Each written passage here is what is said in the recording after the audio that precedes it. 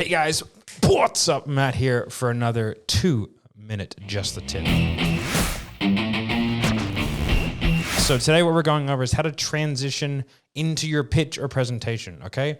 Really, really easy. I doubt this one will even be more than a minute, okay? The way that I do it, the way that I was taught it by Jeremy Miner from 7th level, who we'll put here, is, hey, well, you know, I think that what we do might actually work for you. If it's okay with you, I can take you through what we do, how we do it, and how I think that we can actually help you get to XYZ. Would that be appropriate? And be like, yep, sweet. And then we just go into our presentation. It's really, really simple. It's a very, very easy, natural transition, which lets the person know that we can help and then what we do, and that we're going to go into some specifics. So it sets them up emotionally well to kind of hear what you have to say. It's incredibly important that you're not awkward during this phase, and it's really that simple. All right, guys, bye.